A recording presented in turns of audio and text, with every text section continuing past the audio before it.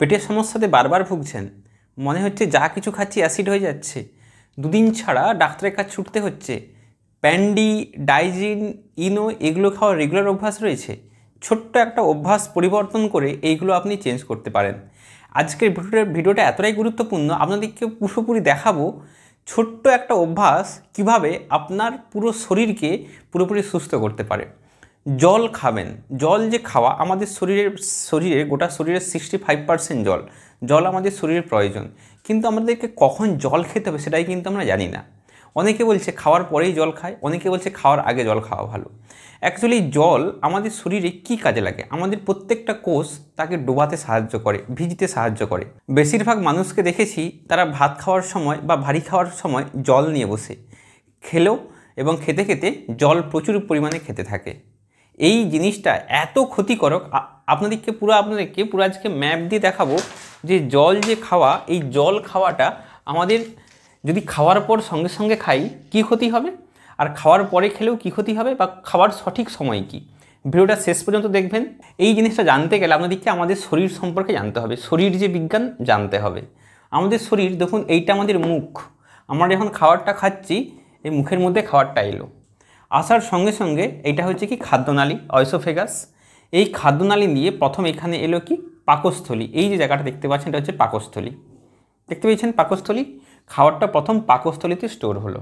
পাকস্থলীতে একটা অ্যাসিড থাকে, hydrochloric acid. Actually যেটাই বেড়ে গেলে আমরা বলি পেটে অ্যাসিড হয়েছে। তো এই পাকস্থলীতে একটা অ্যাসিড থাকে। সেই অ্যাসিডটা কি কেন থাকে না, খাবারের মধ্যে যখন কোনো জীবাণু আসে সেগুলোকে মারতে সাহায্য করে। যাই হোক, প্রথমে দেখুন খাবারটা এলো কোথায়? পাকস্থলীতে।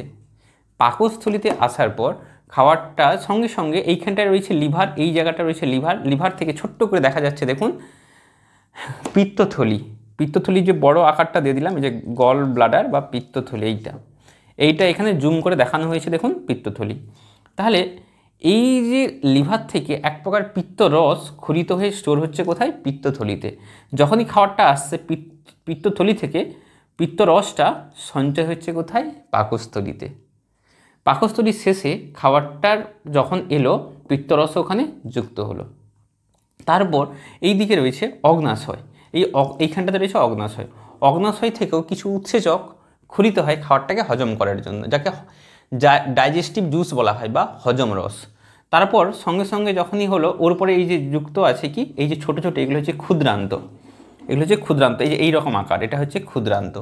এই ক্ষুদ্রান্ত আমাদের শরীরে খুব গুরুত্বপূর্ণ, কিছু ডাইজেস্টিভ জুস ছাড়ে, মানে কিছু উৎসেচক ছাড়ে খাবারটাকে হজম করার জন্য। তার সাথে সাথে খাবারটা শরীরে অ্যাবজর্ব করতে সাহায্য করে। তারপর আসছি বৃহদন্ত। এটা হচ্ছে বৃহদন্ত, এইটা।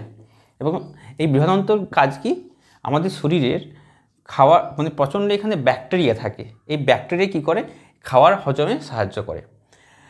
তারপর অবশিষ্ট যেটা শোষণ হলো অবশিষ্ট যেটা, সেটা এইখানে রয়েছে পায়ু দিয়ে দেহের বাইরে বেরিয়ে চলে আসে। তাহলে এটা হচ্ছে টোটাল ডাইজেস্টিভ অর্গান। এবার আপনাদের মনে প্রশ্ন আসতে পারে, আমি এত কিছু বোঝাচ্ছি কেন, এটা কি বায়োলজির ক্লাস? না, আপনাদের শরীর বিজ্ঞানটা বোঝাচ্ছি। এবার ধরুন আপনি খাওয়ার খেলেন, অটোমেটিক এতগুলো জায়গা থেকে, পাকস্থলী, লিভার, অগ্নাশয়, ক্ষুদ্রান্ত থেকে সব রেডি রয়েছে উৎসেচক ছাড়ার জন্য, খাবারটা হজম করার জন্য।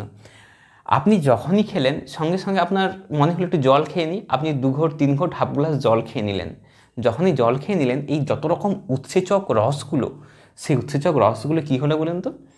পুরোপুরি ধোয়া হয়ে একেবারে পাকস্থলীর উৎসেচক রসটা ধোয়া হয়ে গেল, লিভারের যে পিত্তরস সেটা ধোয়া হয়ে গেল, ধোয়া হয়ে গিয়ে ক্ষুদ্রান্তের যে রস বা জুস সেটাও ধোয়া হয়ে গেল, হয়ে গিয়ে একেবারে নিচে চলে আসে। আপনার পেটে খাবার রয়েছে কিন্তু হজমের রস নেই।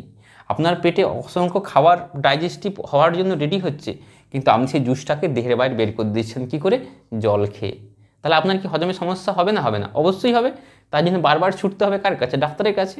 অনেক মানুষকে দেখেছি তারা শুধু বলছে আপনার পেটের সমস্যাটা কিছুতেই ঠিক হচ্ছে না, যত যাই ওষুধ খাই তারা আবার কিছুদিন পরে সমস্যা। তাই খাওয়ার পর জল খাওয়া কতটা বিপজ্জনক বুঝতে পারছেন? তাহলে এবার প্রশ্ন আসছে সমাধান।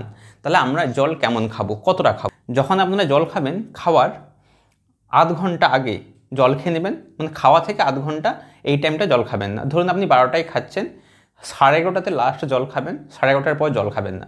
12টাতে খাওয়া শুরু করলেন, ধরুন 12টা 15তে খাওয়া শেষ, 1টার পর আপনি জল খাওয়া শুরু করবেন, অর্থাৎ খাওয়া যে টাইমে খাচ্ছেন তার আধ ঘন্টা আগে এবং 45 মিনিট পরে ওই টাইম পিরিয়ডে কোনো জল খাবেন না, বাকি সময় জল খাবেন।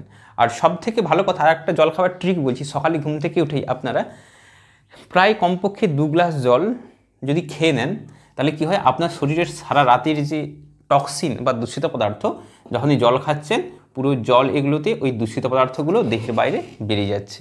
তাই সকালে উঠে চা কফি এগুলোর পরিবর্তে যদি আপনারা খালি পেটে জল খান, সেটা যদি গরম জল হয় সেটা আরও বেটার, তো আপনাদের শরীরের বিষ বা টক্সিনগুলো শরীরের বাইরে থেকে বেরিয়ে যায়। তাহলে এই ছোট্ট একটা অভ্যাস পরিবর্তন করলে আপনি আপনার ডাইজেস্টিভ যে ক্ষমতা অনেক গুণ বাড়াতে পারেন। ভিডিও কেমন লাগলো আপনারা কমেন্টে জানাবেন। পরের ভিডিওতে আবার দেখা হবে। টাটা।